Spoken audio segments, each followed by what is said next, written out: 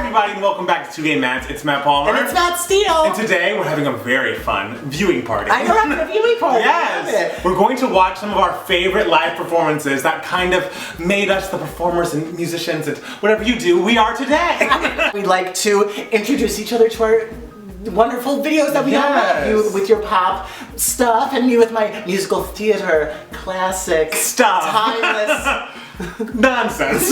Do you want to go first or you want me to go first? I don't know. What do you want to do? I'll go first. Okay. I'm excited. I have some honorable mentions, which I'll mention and put out there. There's a Janet Jackson. She performs What About at the Fashion Rocks performance. It's very good. She's lip syncing the whole time though, so I didn't think that'd be fair to use. Michael Jackson at the 95 VMAs does a big long medley. I love a medley. We all know this. We all love a medley. But first, I'm going to start with a performance by Alanis Morissette, which we both love. Wait, we literally just talked about I know! Well, I didn't want to tell you, like, yeah, that's one of mine, but that's one of mine. Oh my god! And this one is only number 3 on the list. It's her performance of You Ought to Know at the Grammys in 1996, I guess. It's only number 3 on the list because at the time it was hard for me to appreciate because that was the night Mariah lost 3 Grammys, or like 8 Grammys or something. And that was hard as a young Mariah fan to watch and like not be infuriated. But in looking back, Alanis does such a stunning job with this song. And it's just orchestral and live. It's taking this like angry song that was all over the radio all the time. And it's like, you know what? And deep down, it's just sad. It's just sad. And deep down, it's just sad. So this is Alanis in Okay. 1996 at the 38th Annual Grammy Awards performing You Ought to Know. It's all dark. And she's all hair and emotions. And all black. She looks like death. She looks like Morticia. I love it. It's just like so sparse. Yes. And like cinematic.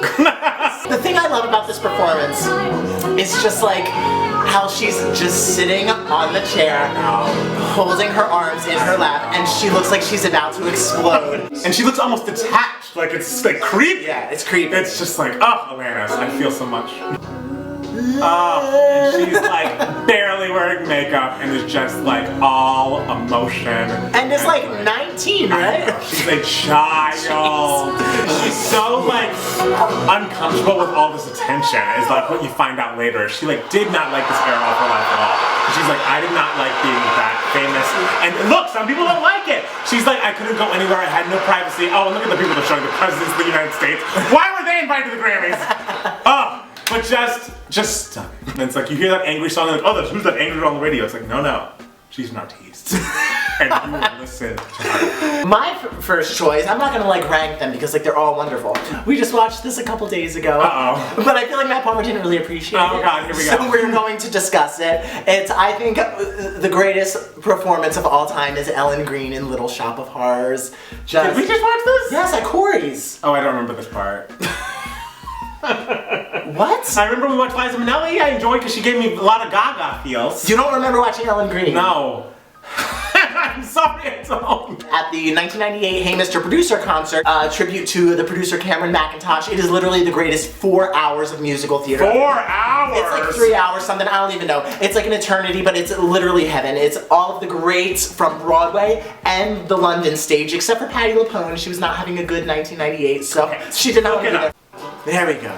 The amazing thing about this performance is Ellen Green is so, it's such a, like a campy, farcical, like satirical play on like the sort of like niche, like horror movies, like campy horror movies. So the performance is very campy and over the top, but just so three-dimensional and just heartfelt. I love how she indicates. She's like, cast, it's like, yes! Did you watch this live when it first aired or no? It didn't air live. It aired on PBS. It was shown on PBS all the time, and then you could like buy the DVD or the VHS. It was 1998. Are you not moved? I'm not, but it's great. I'm glad that you like it. I'm happy that you're moved. And then here comes Seymour. It doesn't work like this in the show, but this is later in the show. Very interesting vowels. Her vowels are iconic. The best is how like he's standing totally still and she's just like, oh, that was nice. Yeah, that was great. That was a lovely job. The emotional impact. Yeah. Everyone knows I love a medley. I love a moment that encapsulates an era so beautifully. Okay. And in 1995, it was the year after TLC released their album Crazy Sexy Cool. And on the VMAs, they did a Crazy Sexy medley. Okay. So it's like a medley of the singles and even some non-singles of the album that were out. And it was just like, it's just the three of them on stage in these like white and black like Joker's outfits. And it's like Crazy Sexy Cool behind them and just the three of them like dancing and going through all the fucking hits. And you're just like, ah! There's nothing worse than a bad medley, but this medley is crazy, sexy. If you say the word medley one more Medley, medley, medley! Ah! And like no dancers needed, no pyrotechnics, just great music from great artists. I recognize these outfits. Yes! They're so good! Oh! And that Switch, another big song. Oh, and Kick Your Game! Kick Your Game I always felt like should have been like a legitimate single. I used to pretend like I was Chili when I was little. Well, Chili's great. Yeah. It's a great one to pick. Yes! Disney. Yes, she was! And that haircut, still iconic! Iconic haircut. Oh!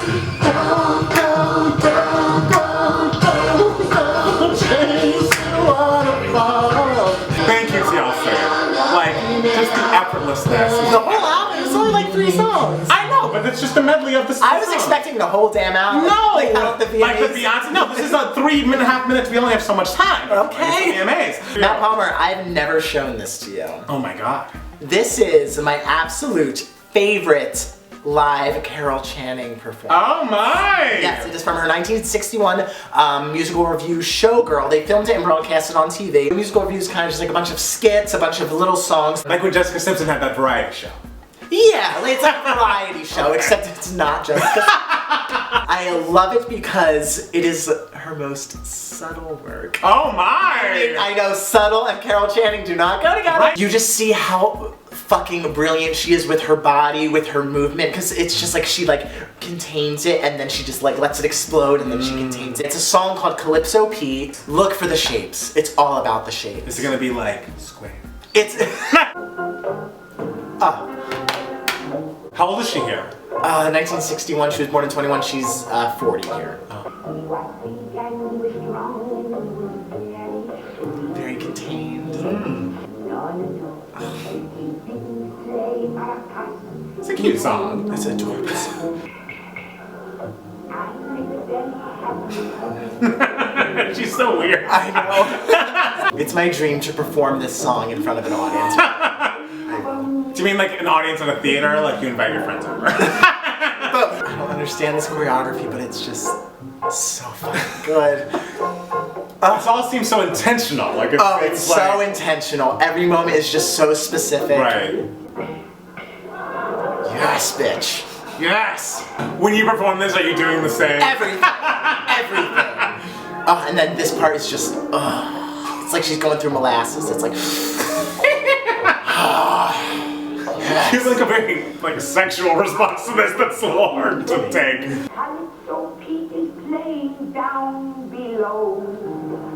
Did she kill him? A little bit. Yes!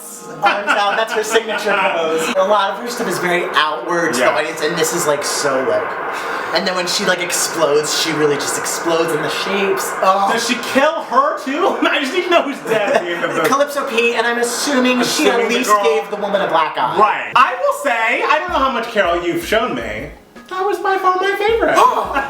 And it was like fun, but like serious. There was a lot of range. I don't know, I enjoyed that. She's just all of us. She's every woman. She is every woman. Much like our next performer. Before we get into it, I want to say, just again, more honorable mentions. Everyone should watch Mariah Carey's full 1996 Tokyo Dome performance. It's unbelievable, vocal prime. You'll never hear someone sound better in your entire life. I didn't want to go on a whole Mariah thing because I do that a lot. When it comes down to live performances, Whitney Houston is the best vocal live performer I've ever seen. you think of a performer, a singer like an Adele or someone, and like sometimes they're good at being emotive while singing, and it's like, oh, you did a great job standing up there, but like how much can you do without choreo? You know, like again, another honorable mention, Britney Spears, who did it again at the VMAs. It's so entrancing because of the movement and the dance and the stripping. But what Whitney does live on stage is like so enthralling in every single performance, because she's beyond there vocally, but like the emotion is just pouring out of her, be it that she is under lights and very sweaty. This song I think is kind of an underrated Whitney song. It's called Why Does It Hurt So Bad? It was the second single off of Waiting to Exhale, and when I was a kid and I had like a radio show in which I would count down my favorite songs of the week, this was always number one.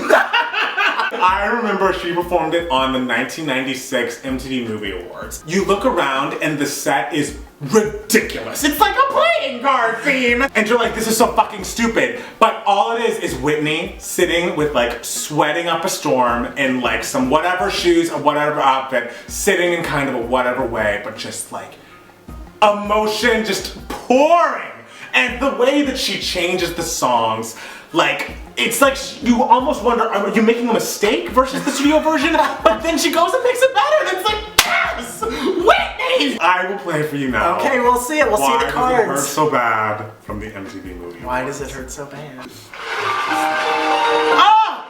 Even the opening. Look at Thurston on those fucking cards. So bad. She's so sweaty already. She's drenched. Why? Why does it Yes! I was... so bad? Yes! Hurt me so bad. And it's just like, with those ad-libs that are so different than the studio version, you're like, did she practice those? Is this just coming off the top of her fucking head? She's such a genius. Yes! God! Look at the dice! It's just like, everything's so ridiculous, and she's giving a fucking brilliant performance. When I don't know you, so does it hurt? That's my favorite. So what does it hurt? Have the background singers No, even sung anything not yet? a word. Here they come.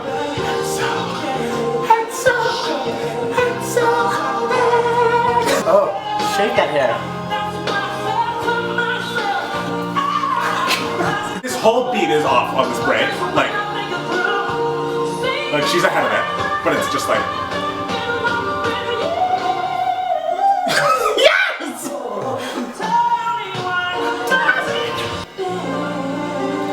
Sounding all nice, a little jazzy and Oh. And it's just like people talk shit about like, oh, Whitney didn't write her songs, whatever. That is a musician. That is a fucking singer. She can sing anything, and it's just coming from here, and it all works because she is just so unbearably musical, and it's just So the next performance, my final performance, is what I consider to be the greatest performance of any live venue in the history of ever, and I don't think anything will ever top that. Wow, that's a lot. The Bernadette Peters performance of Rose's Turn at the 2003 Tony Awards. Okay. I have chills just saying the words. Okay, it's all about the context for this, because 2003, Gypsy was revived on Broadway, starring Bernadette Peters. She was a very controversial choice as Mama Rose. It's always played by this giant, like, brash, loud, brazen, aggressive woman, and Bernadette Peters is not that. Bernadette Peters is like a cute, sweet, like, ooh, like, kind of like performer. When previews started, Bernadette Peters gets bronchitis. So, the word of mouth of her performance for previews was not good, because it was like her voice can't handle the role. She missed a lot of previews, and she was getting so much bad press. Us Bernadette Peters fans were very upset, but we believed in her. It was the last show to open that Broadway season. The show wasn't open long before the Tony nominations came out. She got nominated for a Tony, of course, because, hello. And they announced they were performing Rose's Turn on the Tony Awards. Rose's Turn, for those of you who don't know, is the climactic ending of the show. It's the Rose, the character's emotional and mental breakdown. Will Bernadette Peters be able to handle doing Rose's Turn on the Tony Awards? Because she can't even handle doing 8 performances a week. Because people were assholes to her. So everyone was expecting her performance on the Tony Awards to bomb. And she annihilated it. Not only were you watching an incredible performance, but you were watching a brilliant actress say, F you, I am great in this role. My voice is back, I am back, I'm Bernadette Peters, a legend, a Broadway. It's nice. So we're gonna watch. All right. Nice. Here she is, boys. Here she is, world. Here's Rose. Purple dress, look at that stare. And this is like a big thing, because like, Mama Rose like has never been like sexy before, and like she was like actually sexy. And I was like, yes. This is my favorite part when she like hums. Yes! Why is that your favorite part? I just love it. It's brilliant. Here comes Mama. Mama's gotta go. Like my heart stops. Scrapbooks full of me in the background. And if it wasn't for me, Tell her. where would you be? Where would you be? Gypsy Rosalie. That looks like Madonna. She does. When is it my turn? Don't I get a dream of myself? Ah! I'm taking the phone. Oh, the lighting here is iconic. Look at that body! For me! Throw a tantrum! And the entire audience is just like, oh my god, she did it. She slaughtered it. Like 0 to 50, standing ovation, and then 5 minutes later she lost the Tony Award. Oh no! But she had her vindication. What did we learn about that? That Rose has returned. She does have a turn, but does she? Or is she just gonna have a life of despair? Guess and we'll just never know. I'll have to wait for Gypsy 2. I didn't love the song. If we're gonna be it wasn't for me. Well, because it's like it's sort of like a mashup of previous songs Right, okay, and stuff like that. Well, thank you so much for watching. Thank you for watching. What live performances have changed your lives? Yes, and I'm sure Britney's Gypsy Did It Again is on there too, so I would love to rewatch that. I actually had a dream about that performance the other night. Ooh, well, we gotta go. Bye. Like us, follow us on Facebook, facebook.com/2gaymats, follow us on Twitter at Matt Power Music, And it's Matt Steele. or at 2gaymats, and stay tuned for a very incredible review of whatever Lemonade is by Beyonce. Whatever Lemonade We is. think it's a mini film, but we'll find out on Saturday at 9 p.m. Eastern time, and we'll see you there. See you there. Someone give us an HBO Go password because we need that. We do. We don't have cable. Bye, guys!